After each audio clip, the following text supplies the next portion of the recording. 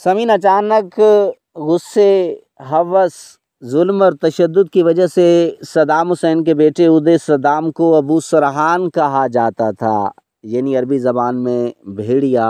عراق کے اس وقت کے صدر صدام حسین کے سب سے بڑے بیٹے ادے صدام والد کی دوسری شادی پر خوش نہیں تھے۔ 1988 میں انہیں اطلاع ملی کہ ایک ملازم ان کے والد کی دوسری شادی کا ذمہ دار ہے، اس لیے انہوں نے اس ملازم کو اپنے گھر پر منعقد ہونے والی ایک پارٹی میں 50 سے 100 لوگوں کے درمیان لاٹھی سے پیٹ کر مار دیا۔ جب امریکہ نے عراق پر حملہ کیا تو اس وقت کے امریکی صدر جارج بش نے کہا تھا کہ عراق کے لوگوں کو اب حراستی کیمپوں اور ریپ سے ڈرنے کی ضرورت نہیں۔ امریکہ نے دعویٰ کیا کہ عراق میں صدام حسین کے دور میں عام لوگوں پر تشدد کیا گیا اور خواتین کو ریپ کا نشانہ بنایا گیا۔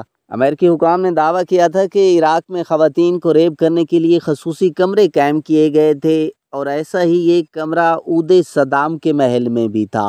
ادے ایک ظالم آدمی تھا، وہ ایک بار ایک خوبصورت لڑکی کو ریپ کے کمرے میں لے گیا اور اسے مار مار کر ہلاک کر دیا۔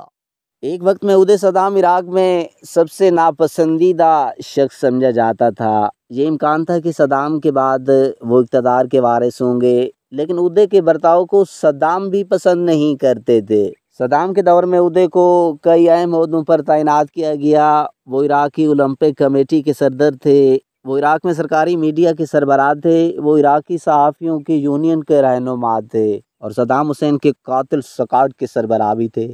سابق اہلکاروں اور کھلاڑیوں کا دعویٰ ہے کہ عراق کی فٹ بال ایسوسی ایشن کے سربراہ کے طور پر ادے میچ کے دوران کسی بھی کھلاڑی کو فون کر کے دھمکی دیتے تھے کہ اگر ہم ہار گئے تو میں آپ کی ٹانگیں توڑ دوں گا۔ بعض سابق کھلاڑیوں نے دعویٰ کیا ہے کہ عراق کے لیے کھیلنا دہشت کے سائے میں رہنے کے مترادف تھا۔ اگر کوئی کھلاڑی اچھا نہیں کھیلتا تو ادے اسے بجلی کے جھٹکے، غیر صحت بخش معدنیات سے نہلانے جیسے طریقوں سے تشدد کرتے۔ کچھ کھلاڑیوں کو موت کی سزا بھی سنائی گئی۔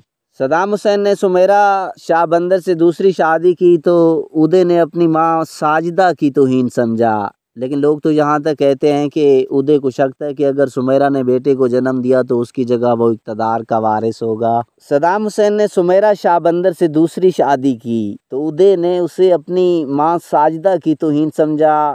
کچھ لوگ تو یہاں تک کہتے ہیں کہ ادے کو شک تھا کہ اگر سمیرہ نے بیٹے کو جنم دیا تو اس کی جگہ وہ اقتدار کا وارث ہوگا۔ اس سے مشتعل ہو کر ادے نے صدام کے قابل اعتماد دوست کمال کو ایک پارٹی میں لوگوں کے ہجوم کے سامنے لاٹھی سے مار کر ہلاک کر دیا تھا۔ ادے کو شک تھا کہ کمال نے صدام اور سمیرہ کی ملاقات کا بندوبست کیا تھا اور صدام کی دوسری شادی کی خبر اپنے گھر والوں سے چھپائی تھی۔ اس واقعے کے بعد صدام نے ادے کو کچھ دیر قید میں رکھا اور بعد میں سوئٹزرلینڈ بھیج دیا تھا۔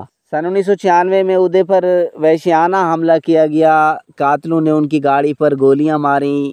گولیاں ادے صدام کی ریڑھ کی ہڈی میں لگیں، لیکن وہ بچ گئے۔ اس کے بعد وہ کبھی ٹھیک سے چل نہیں پائے تھے، انہیں چلنے کے لیے چھڑی کی ضرورت پڑتی تھی۔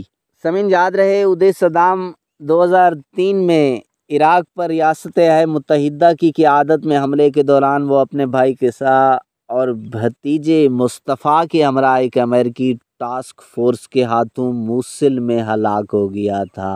سمین، آپ بھی اس ویڈیو کے بارے میں ایک کومنٹ ضرور دیجیے گا۔